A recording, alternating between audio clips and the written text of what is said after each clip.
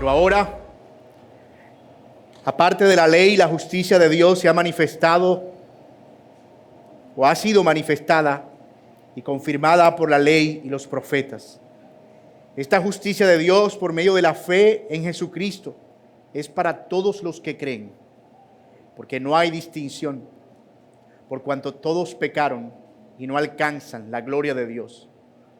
Todos son justificados gratuitamente por su gracia, por medio de la redención que es en Cristo Jesús, a quien Dios exhibió públicamente como propiciación por su sangre a través de la fe, como demostración de su justicia, porque en su tolerancia Dios pasó por alto los pecados cometidos anteriormente, para demostrar en este tiempo su justicia, a fin de que Él sea justo y sea el que justifica al que tiene fe en Jesús.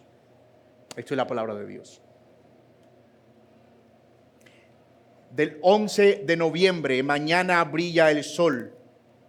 Salud al gran suceso de nuestra redención. Cayeron las cadenas de la libertad sublime, derrama en todo el orbe su bendecida luz. La humanidad entera esclavizada gime, comprende las doctrinas del que murió en la cruz.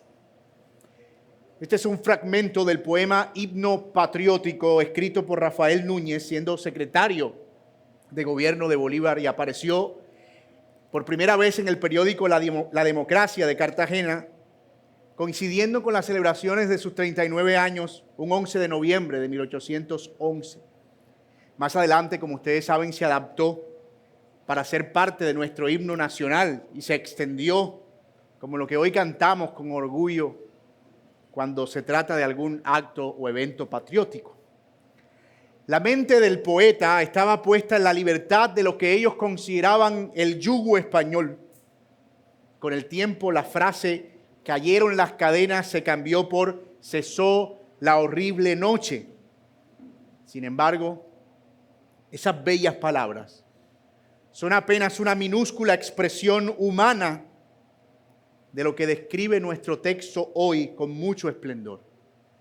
Algo que sucedió en los cielos y la tierra el día que Cristo abrió sus brazos en la cruz para entregar su vida por nuestros pecados. Un día, para el mundo cubierto en tinieblas, esas tinieblas retrocedieron y resplandeció la luz del sol de justicia. Un día, después de las tinieblas, hubo luz.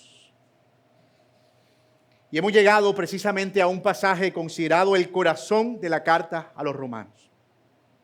Aunque en esta epístola hay tantos párrafos memorables que uno se vería en problemas para escoger el mejor o uno que sea como el central, no cabe duda que este resume de manera preciosa y precisa el propósito mismo del Evangelio. Cómo ese Evangelio se ha manifestado y lo que representa para el creyente la verdad de que Cristo ha llevado el precio de nuestros pecados. Los versículos 21 al 26 es la forma en la que Pablo retoma el tema de Romanos con el que abrió en el capítulo 1 y que se ve manifiesto en el verso 17 cuando dice que en el Evangelio la justicia de Dios se revela por fe y para fe. Pero luego, a partir del versículo 18 del capítulo 1, Pablo comienza lo que ahora podemos considerar un gran paréntesis para explicar de qué es que nos salva el Evangelio. ¿Por qué es que es necesaria esa justicia de Dios? Y ha mostrado a lo largo de todo el final del capítulo 1 y todo el capítulo 2 que todos estamos bajo pecado. Que no hay justo ni siquiera uno. Que los judíos no son más justos por haber recibido la ley y que los gentiles o los no judíos no son inocentes por no haberla recibido, creyendo que no tienen nada de lo cual ser condenados porque no recibieron ninguna ley. La idea de Pablo es meternos a todos debajo del juicio de Dios y no solo eso, probar además a través del testimonio claro de las Escrituras que no solo aquellos que están en pecado están lejos del Señor, sino que no pueden hacer nada para salvarse a sí mismos. Que las obras de la ley no pueden salvar, que ni el moralismo, ni nuestra obsesión con cumplir normas podrá librarnos del justo juicio de Dios. Que Dios, de hecho, es el único que puede proveer la justicia por medio de la cual nos acercamos a Él y somos aceptos delante de Él. Necesitamos ser justos, es la idea de Pablo, para acercarnos a Dios. Pero esa justicia no la producimos nosotros. Es una justicia ajena. Es la justicia de Cristo. De modo que con esa justicia, entonces sí, podemos estar de pie delante de Él. Así que el argumento de este sermón es muy breve, pero es lo que va a direccionar el desarrollo de esta predicación. Todos los que creen en Cristo son declarados justos delante de Dios. Y vamos a verlo a la luz de tres encabezados. En primer lugar, veremos la manifestación de la justicia de Dios en el verso 21. Luego veremos el alcance de esa justicia de Dios, versos 22 al 25. Y finalmente veremos el propósito de esa justicia de Dios, verso 26. En primer lugar, la manifestación. ¿Qué es eso de que la justicia de Dios se ha revelado? Luego el alcance, la extensión y finalmente el propósito. Y vamos a ver en primer lugar nuestro primer encabezado, la manifestación de la justicia de Dios. Dice el texto, pero ahora, aparte de la ley, se ha manifestado la justicia de Dios, testificada por la ley y por los profetas. Pero ahora. Dos palabras muy bien puestas en el texto. Después de todo lo que Pablo ha dicho en el capítulo 1 y el capítulo 2, la ira de Dios contra el paganismo, contra el moralismo, contra la religiosidad, después del veredicto de que no hay justo ni siquiera uno y que toda boca debe quedar cerrada y que todo el mundo está bajo juicio, después de todo eso, Pablo dice, pero ahora. Es el contraste más grande que vemos en toda la carta. Es como si hubiéramos estado caminando por un túnel oscuro durante 3 capítulos y de repente alguien abriera una puerta de luz. Pero ahora, aparte de la ley, se ha manifestado la justicia de Dios. Esas dos palabras marcan un antes y un después. Todo lo que vino antes era un diagnóstico, pero todo lo que viene ahora es un remedio. Pablo quiere que entendamos que este remedio no es un plan improvisado de parte de Dios, que no es un plan B que Dios tuvo que inventarse luego de que el plan original en el huerto del Edén y el experimento con el pueblo de Israel en los días del Antiguo Testamento saliera mal. No, la idea de Pablo es que este plan de redimir al mundo por medio de su Hijo siempre fue el plan A. Y fíjense lo que dice, que esa justicia que había de ser manifestada fue testificada por la ley y por los profetas. La ley y los profetas, dice Pablo, ya habían hablado de cómo el Señor iba a redimir al mundo. Moisés ya apuntaba a eso. Isaías lo anunció. Todo el Antiguo Testamento es un dedo que señala a la cruz.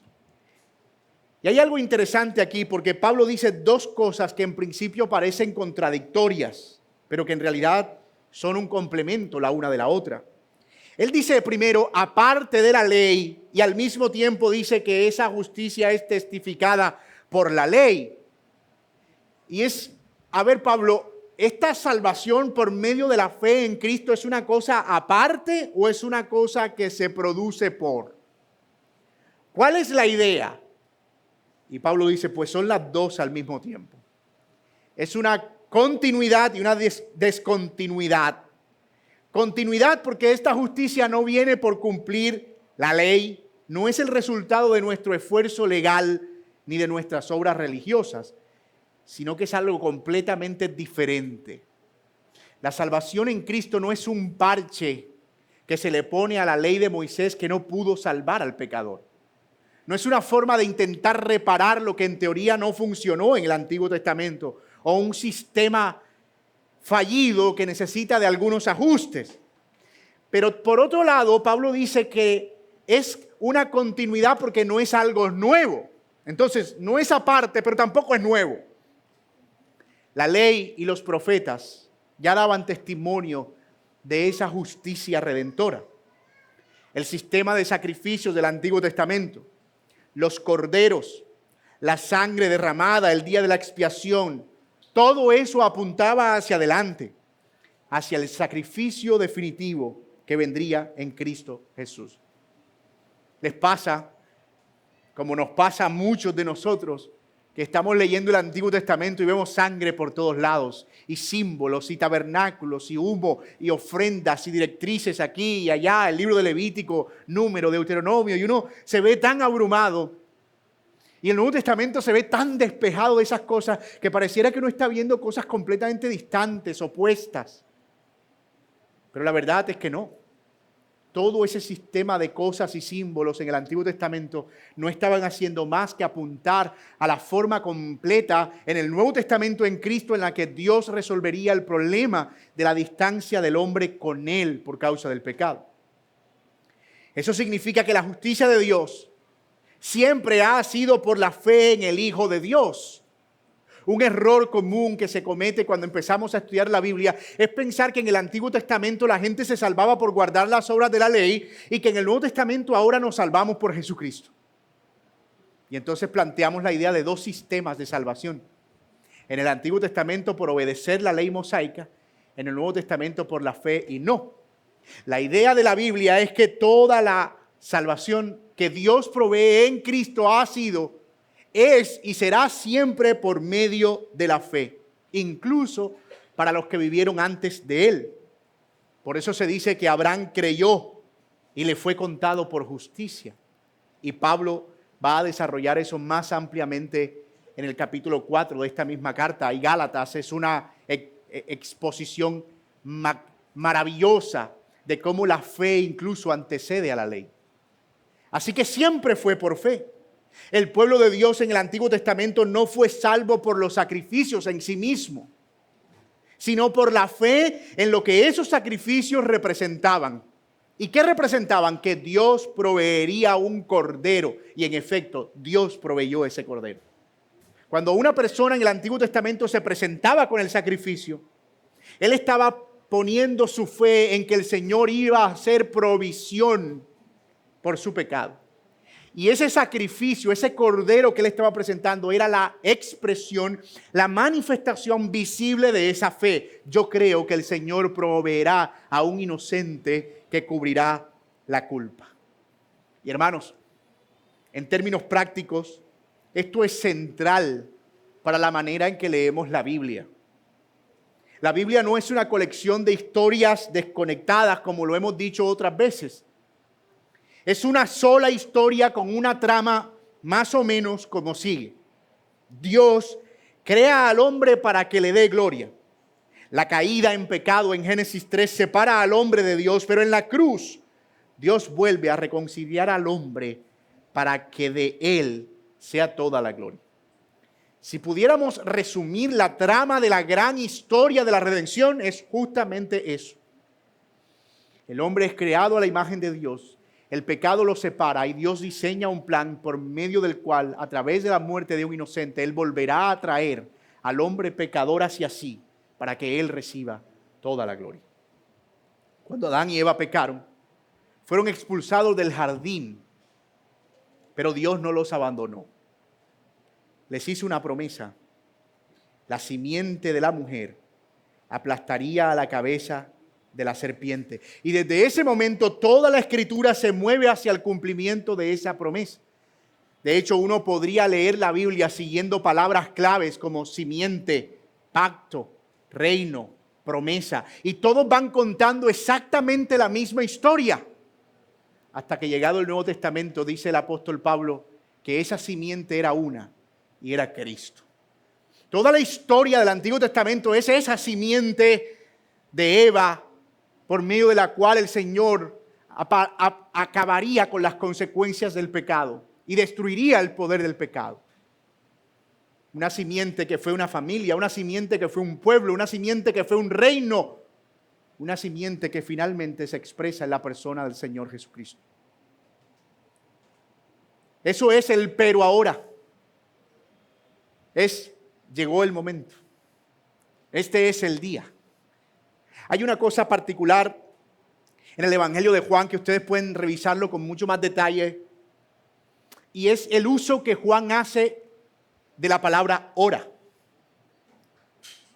Desde el capítulo 2, cuando el Señor está en las bodas de Canaán y la mamá del Señor, María, le dice que haga algo y el Señor dice, no, aún no ha llegado mi hora. Ustedes pueden ver el desarrollo de Juan a la luz de esa expresión. Todavía no ha llegado mi hora, porque todavía no había llegado su hora, porque todavía no era su hora, hasta que en el momento de él ser entregado en la cruz, dice, en aquella hora, el Señor entregó su espíritu. El pero ahora al que Pablo se refiere es esa hora. Ese momento en la historia en el que el Señor abriría los cielos para ver la sangre del Cordero, su propio Hijo, derramándose por los pecados. Así que vamos a ver cómo es que eso se produce. Porque el concepto está claro. Es la justicia de Dios la que el Señor necesitaría para justificar al culpable, pero eso sigue siendo un concepto muy difícil de entender todavía. Así que lo que hace Pablo en los versículos 22 al 25 es explicarnos cómo es que funciona eso de la justicia de Dios a nuestro favor. Y esto nos lleva a nuestro segundo encabezado. Miren lo que dice el texto, verso 22. La justicia de Dios por medio de la fe en Jesucristo, para todos los que creen en Él, porque no hay diferencia, por cuanto todos pecaron y están destituidos de la gloria de Dios, siendo justificados gratuitamente por su gracia, mediante la redención que es en Cristo Jesús, a quien Dios puso como propiciación por medio de la fe en su sangre, para manifestar su justicia a causa de haber pasado por alto en su paciencia los pecados pasados. Pablo acaba de decir que la justicia de Dios se ha manifestado aparte de la ley, y ahora explica, como ya les dije, cómo se recibe y hasta dónde llega, es decir, el proceso, el cómo de esa justicia de Dios. Y lo primero que dice, es que esta justicia es por medio de la fe en Cristo Jesús. Para todos los que creen en Él, porque no hay diferencia. Y ya sabemos que esa era una declaración importante en el contexto de la carta a los romanos, porque judíos pensaban que la salvación era solo para ellos. Y algunos gentiles llegaron a pensar que la salvación era solo para ellos y que los judíos ya habían quedado excluidos. Y Pablo dice, no, es para todos los que creen sin diferencia. Así como en el sermón pasado vimos que todos están bajo pecado sin excepción, ahora Pablo muestra el reverso de esa idea, y es que la salvación está disponible para todo el que cree sin excepción. El pecado nos igualó en la condenación, pero la fe nos iguala en la salvación. Y noten que Pablo dice fe. Es una palabra tan compleja. La usamos en nuestra trivialidad. Yo tengo fe que ese negocio me va a salir bien. Ay, no te preocupes, ten fe, esa hoja de vida va a salir. Pero ¿a qué se refiere Pablo con fe? No son obras, no son méritos. De hecho, la fe es la única cosa que nosotros podemos hacer que no es técnicamente una obra, una acción o un mérito. No es un esfuerzo. La fe no es algo que tú produces, no es una fuerza mental, no es cerrar los ojos y concentrar mi energía en una acción para que por medio de esa concentración de energía el siruma se mueva al centro de la playa del Rodadero. No, la fe, según lo que describe el apóstol Pablo aquí, es una mano vacía extendida, que no ofrece nada, pero que recibe lo que Dios ofrece.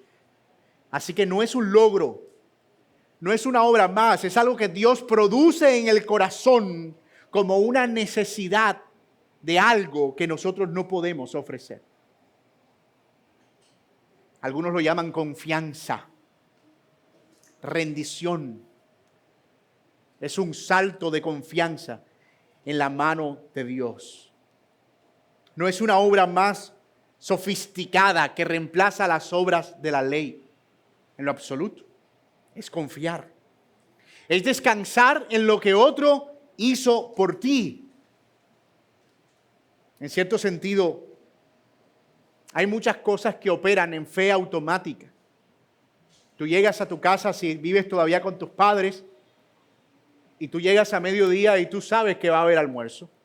O sea, tú no te estás preguntando eso, hay almuerzo en la mesa. Esa es una forma de confianza. Así tú no hayas puesto nada para ese almuerzo.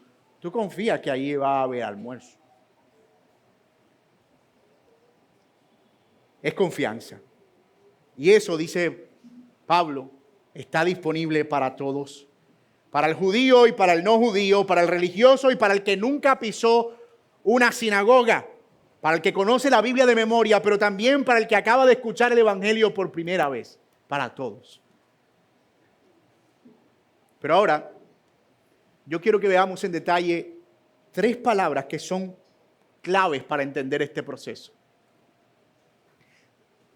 Y la primera de ellas es la palabra destituidos. Porque fíjense que en el texto dice, por cuanto todos pecaron y están destituidos de la gloria de Dios. No podemos entender por qué se necesita fe y salvación y redención y todo lo que Cristo hace e hizo si no entendemos lo que implica esa palabra destituidos. Significa estar lejos, estar privados de algo que deberíamos tener. El hombre fue creado para vivir en la gloria de Dios, en comunión con Él, reflejando su imagen. Pero el pecado nos destituyó, nos alejó de esa posición, nos sacó de ahí. Y esa distancia que el pecado produce no es solo porque hacemos cosas malas, lo vimos en el sermón pasado, es que estamos lejos de donde deberíamos estar y estamos bajo el gobierno de ese pecado. Es como si nos hubiesen secuestrado, pero por nuestra propia voluntad, para vivir bajo el señorío de alguien que nos ha alejado del lugar donde originalmente debíamos estar, lejos de la gloria de Dios para la que fuimos diseñados. Y eso se ve muy claramente en el libro de Génesis, en el capítulo 3. Miren lo que dice versos 22 y 24, o al 24. Entonces el Señor dijo, ahora el hombre ha venido a ser como uno de nosotros, conociendo ellos el bien y el mal. Cuidado ahora, no vaya a extender su mano y tome también el árbol de la vida y coma y viva para siempre. Y el Señor Dios lo echó del huerto del Edén para que labrara la tierra de la cual fue tomado. Expulsó pues al hombre y al oriente del huerto del Edén puso querubines y una espada encendida que giraba en todas las direcciones para guardar el camino del árbol de la vida. Esta es la descripción gráfica de lo que significa estar destituidos. Es extraviados con el camino de regreso perdido. Y me encanta esto, hermanos, porque, de nuevo, si pudiéramos agregarle un detalle fantasioso a la historia de la redención, lo que diríamos es que es la búsqueda de un camino de regreso al lugar de donde fuimos destituidos. Es un camino de regreso al Edén, a la presencia de Dios, al lugar donde habita Dios y donde está su gloria. Y entonces cobra mucho sentido aquellas palabras del Señor Jesucristo cuando dijo, yo soy el camino y la verdad y la vida, y nadie va al Padre sino por mí. Estamos lejos, destituidos y sin forma de regresar. Eso es la vida del hombre sin Cristo. Es una búsqueda permanente de camino sin saber qué camino para llevarlo a qué lugar. Y es así como nos encontramos lejos del Señor, como extraviados, como perdidos, como sabiendo que necesitamos llegar a una parte, pero no sabemos dónde. Y como no sabemos dónde, tampoco cómo. Y la segunda palabra que quiero que entendamos es la palabra redención. Siendo justificados gratuitamente por su gracia, mediante la redención que es en Cristo Jesús. En el mundo antiguo, y esto era algo con lo que los judíos y los romanos gentiles estaban muy familiarizados, la redención era el precio que se pagaba para liberar a un esclavo. Alguien compraba la libertad de otro pagando un precio. Y lo que Pablo quiere introducir aquí es una imagen muy gráfica de lo que Cristo hizo por nosotros. Estábamos esclavizados, como vimos en el sermón pasado, bajo el pecado y bajo su señorío. Así que Cristo con su muerte paga el precio para sacarnos de ahí. Y todo eso, dice Pablo, gratuitamente. Nuestra libertad del pecado no nos costó nada a nosotros, fue gratis. Pero costó todo a nuestro Señor Jesucristo, porque nada es gratis en esta vida, hermano mío. Solo que a veces tú no eres quien paga el precio. Otro lo paga por ti. Pero además de redimirnos, el Señor en ese mismo acto pagó la deuda que teníamos con Él y quitó de en medio el problema por el cual no podíamos regresar al Padre. Y esa es precisamente la tercera palabra y quizá la más densa, propiciación. Y uno no va por la vida ahí hablándole de propiciación a la gente. Muy buena, ¿cómo está? ¿Me podía usted propiciar un frasco de aceite, por favor? Es un término casi de uso restringido teológico, aunque no es de uso exclusivo teológico, pero es un término cargado de mucho significado. El texto dice: a quien Dios exhibió públicamente como propiciación por su sangre, a través de la fe como demostración de su justicia. La propiciación es el sacrificio que satisface la justa ira de Dios. En el Antiguo Testamento, más específicamente en el día de la expiación, el sumo sacerdote entraba en el lugar santísimo con sangre de un cordero que había sido cuidado a lo largo de todo el año con mucha delicadeza. Y luego tomaba esa sangre, entraba al lugar santísimo, y en ese lugar santísimo había una especie de cofre o de cajón con unas medidas específicas. Se le conocía como el arca de la alianza o el arca del pacto.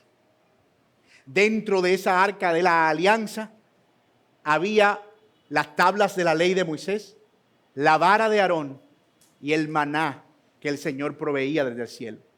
Pero esa arca era tapada con una tapa que se llamaba justamente propiciatorio, que tenía unas hendiduras o unos canales, y encima de esa tapa habían dos querubines que miraban hacia el centro de la tapa. Era el mueble más sagrado de todo el templo.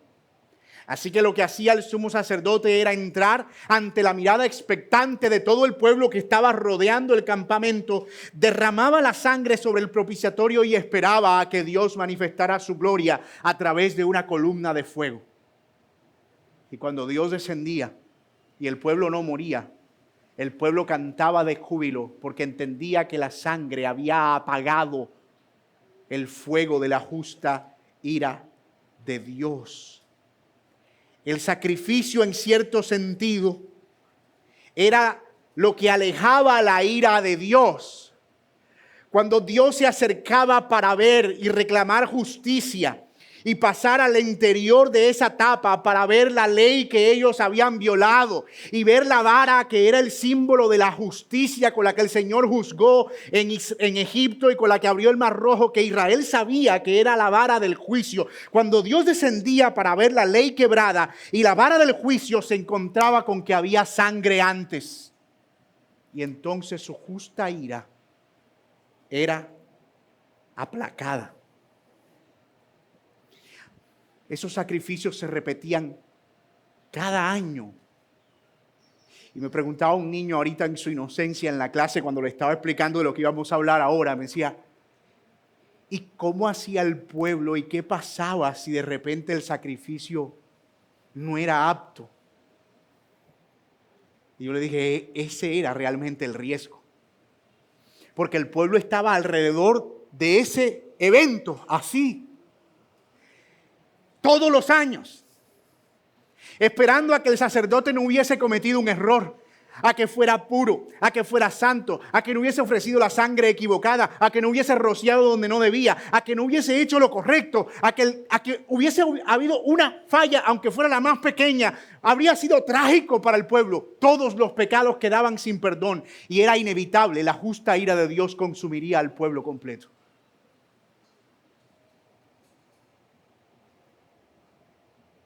Esos sacrificios no resolvieron el problema de fondo.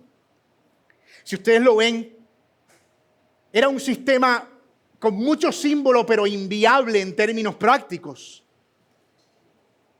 Era una sombra, una anticipación de algo definitivo que vendría.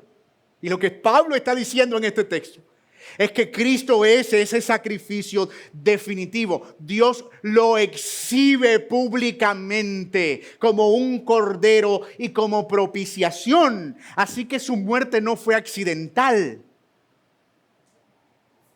No fue una tragedia de la que Dios se aprovechó, sino que fue el plan concebido desde antes de la fundación del mundo. Cristo derramó su sangre para satisfacer la justicia de Dios de una vez y para siempre. Y si todavía eso no es muy claro en nuestra mente, permítanme ilustrarlo así. El día de la muerte de Cristo en la cruz del Calvario, la ira del Padre se asomó desde el cielo. La tierra tembló. Ese día hubo oscuridad sobre toda la tierra. Pero Él vio la sangre de un cordero inocente y sin mancha todavía cayendo por los costados del madero.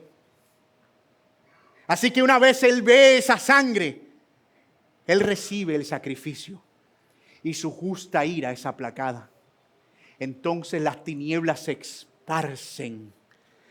El cordero sí era perfecto.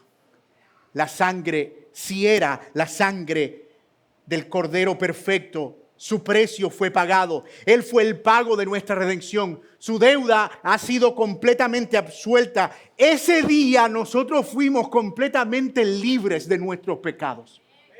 De una vez y para siempre. Su sangre todavía, dice el autor de Hebreos, continúa siendo propiciatoria de nuestros pecados. Mi hermano, todavía hay sangre en la tapa de este mundo. Es la sangre del Cordero que la derramó por nuestros pecados.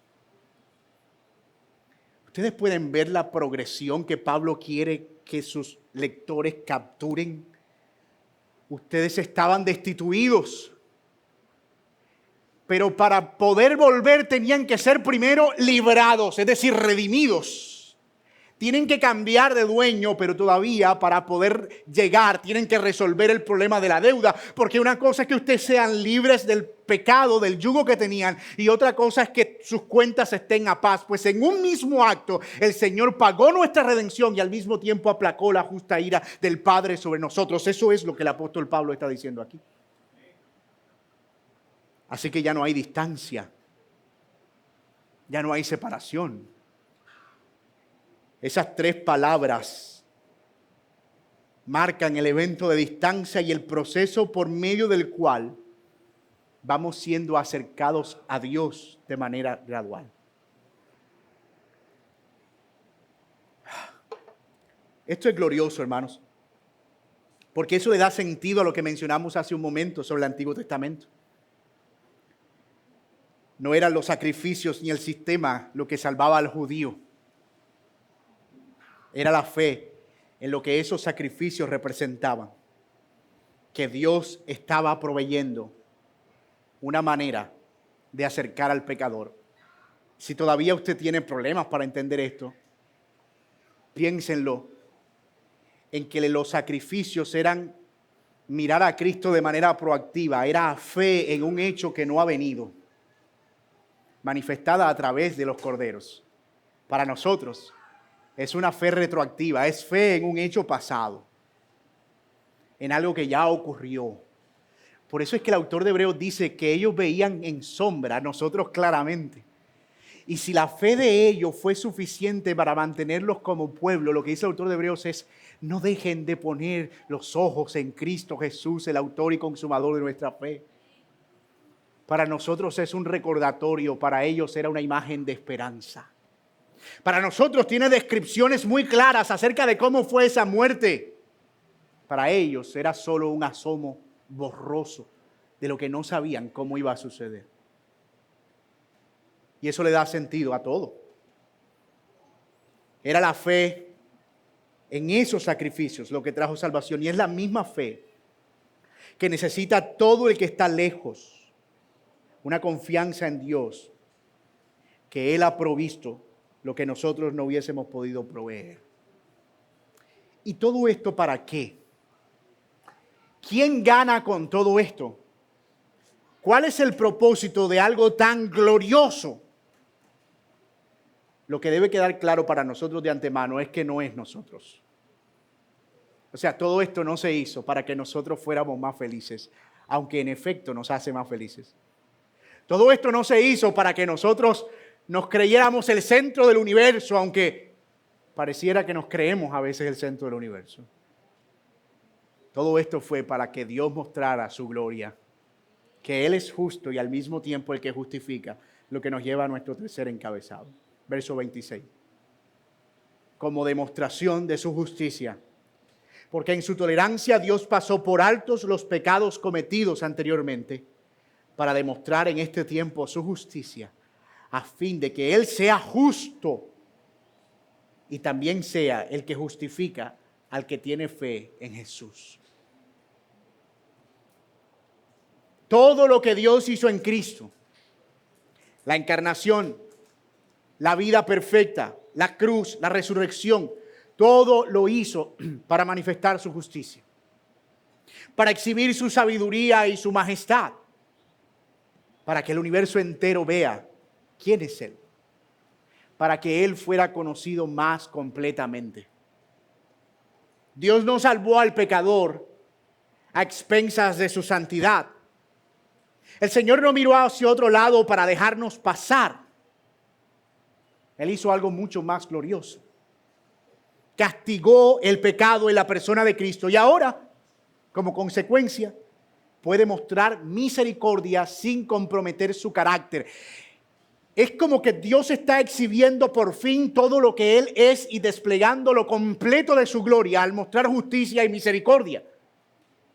Si Dios hubiese castigado al mundo en Adán y Eva y hubiese destruido a esa generación por completo, Él habría exhibido una justicia sin límites y Él sería glorificado por su justicia. Pero Él diseña un plan para mostrar ahora, además de la justicia, la misericordia, sin que una cosa no comprometa a la otra.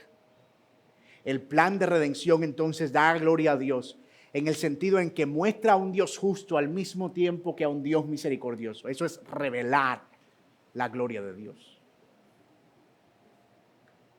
Dice el texto literalmente, a fin de que Él sea justo y el que justifica.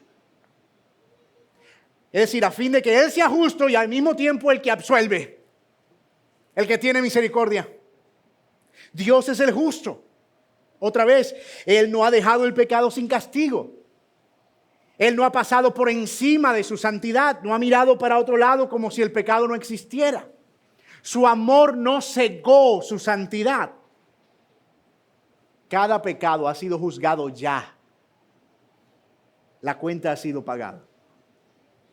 Y al mismo tiempo, Él ha justificado al pecador. Él ha declarado justo al pecador para ponerlo en una posición de salvación, de redención delante de Él por medio de Cristo.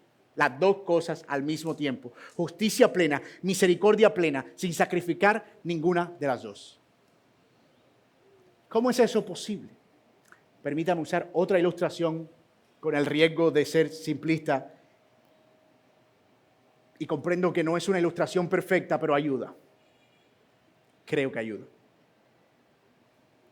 Imagínate a un tribunal. Un juez con sus vestiduras inmaculadas y con su trono en lo alto, o su estrado. Imagínate debajo del estrado a un acusado con las manos todavía sucias de sangre, porque no hay forma en que ese hombre pueda escapar de ese juicio. Es culpable. El juez, que es justo como ningún otro juez, demanda justicia. Pero ese juez sabe que el acusado no puede salvarse, que está condenado. Pero hay un deseo tan profundo de hacer misericordia por parte del juez, que él quiere hacer posible absolver a ese hombre al mismo tiempo que él seguir siendo un juez justo. Así que baja de su estrado y usa una figura que en su mundo es una figura válida de absolución: cargar sobre un inocente la culpa del otro. Una transferencia de culpa. Así que se vale de la única persona inocente que él conoce, de su hijo. De la única persona que sabe que no tiene ningún delito, porque vive con él, porque está con él, porque lo ve, porque lo vio de niño. Y toma a su hijo, al que él ama, y lo pone en el banquillo del acusado, al mismo tiempo que levanta al acusado. Y luego, con toda solemnidad, el juez vuelve a su estrado para mirar a su hijo con toda la compasión con la que nunca antes lo había mirado y dictar toda la sentencia del hombre todavía con sus manos sucias de sangre sobre su hijo. Eres culpable. Y tú estás absuelto. Eres libre de toda culpa. Hermano mío, esa es la maravilla del Evangelio. Cualquier juez humano que perdona al culpable compromete su justicia. Y cualquier juez que aplica justicia sin misericordia deja al culpable sin esperanza. Pero Dios logró ambas cosas en la cruz. En la cruz Él cumplió su justicia porque el pecado fue castigado completamente. Pero en la cruz derramó misericordia porque el castigo cayó sobre el inocente Hijo de Dios y no sobre nosotros. Dios no tuvo que elegir entre ser justo y ser misericordioso. En Cristo Él fue ambas cosas de manera perfecta para nuestro bien.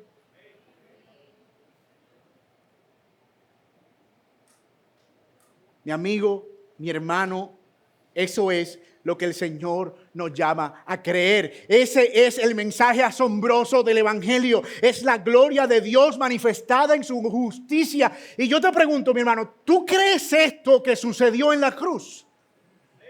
¿Tú crees esto que la palabra de Dios está diciendo? Que el inocente Hijo de Dios fue castigado en tu lugar para que tú fueras absuelto. Yo te pregunto, ¿tú crees esto? Porque eso es todo lo que el Señor nos llama a hacer, a creer que eso pasó en mi beneficio. Eso es fe. Eso es justamente de lo que se trata el Evangelio. Hermano, y si tú lo crees, no veo cómo puedas no vivir para Él. No veo cómo no puedas vivir con gratitud eterna. No veo cómo no puedas hacer todo para agradar al juez y al que murió por ti en tu lugar. No veo cómo no puedas hacer todo lo que a Él le agrada. Porque si hay algo que esto produce, hermanos, es un corazón absolutamente agradecido. Es así como funciona el Evangelio. Es así como funciona la vida cristiana. Es así como funciona la obediencia. Es así como funciona la santidad. Es así como funciona todo. Si no entendemos el Evangelio, ¿qué es esto que estamos diciendo? No entendemos nada. Todo queda suelto al aire, sin saber por qué hacemos lo que hacemos, por qué creemos lo que creemos, por qué tenemos la esperanza que tenemos, por qué tenemos que cantar, reunirnos, por qué ser una iglesia. Si no entendemos esto, nada tiene sentido. Ahora entendemos cómo un evento ocurrido hace más de 2000 años puede tener el poder de traer una transformación tan gloriosa. Porque cuando entendemos ese mensaje y lo que implica, produce en nosotros un genuino rechazo por el pecado y un profundo amor por aquel que ha dado su Hijo por nosotros. No podemos creer las dos cosas. No podemos amar a Jesús en su plenitud y amar al pecado que le condenó. No podemos. Hermanos, la horrible noche de nuestra esclavitud cesó. El día en que de la cruz la luz resplandeció. ¿Sabe? Ahora cobra tanto sentido para mí aquella profecía de Malaquías al final del Antiguo Testamento, en periodo tan oscuro de la historia del pueblo de Israel. Dice el Señor, en el último suspiro de profecía para su pueblo, un día nacerá el sol de justicia. La gloria de Dios hizo retroceder nuestra oscuridad y quebró las cadenas que nos ataban al señorío del pecado. Cristo nos ha acercado. Cristo nos ha rescatado. Él ha sido el precio y Él ha sido la ofrenda por nuestro pecado. La ira del Padre ha sido aplacada y ahora podemos acercarnos confiadamente al trono de la gracia.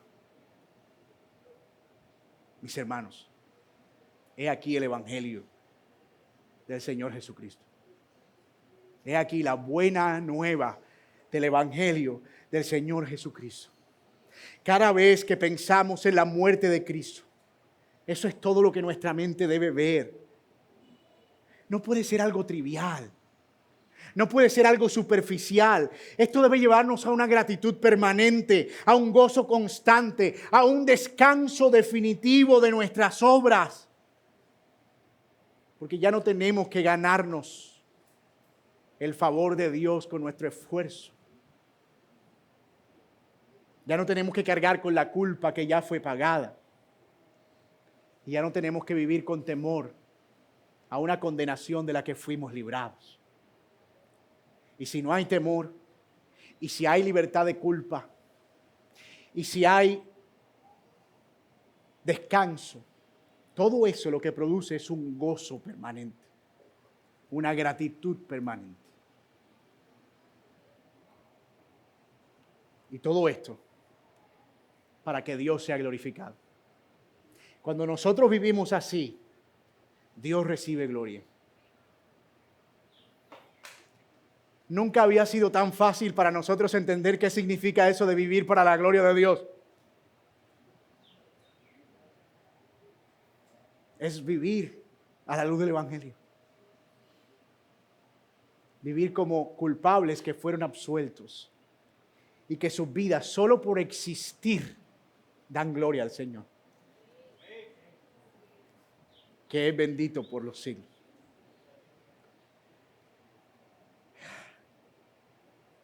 Mis amados, que el Señor nos ayude y que nunca perdamos el asombro por el Evangelio. ¿Y saben por qué hoy no hay un amigo que estás aquí? Porque este es un mensaje que tú, que eres bautizado y hermano y miembro de esta iglesia, necesitas de la misma manera que el amigo que está aquí. Este Evangelio es suficiente no solo para salvarnos, sino para vivir una vida para la gloria de Dios hasta el último de nuestros días. Vamos a ponernos de pie. Yo quiero que oremos y con gratitud exaltemos el nombre del Señor. Padre, gracias por tu obra de redención, Señor, en la cruz. Porque nosotros estábamos lejos y hemos sido acercados. Este misterio, Señor, es tan incomprensible. Porque yo no tenía nada que fuera especial para que el Hijo muriera en mi lugar.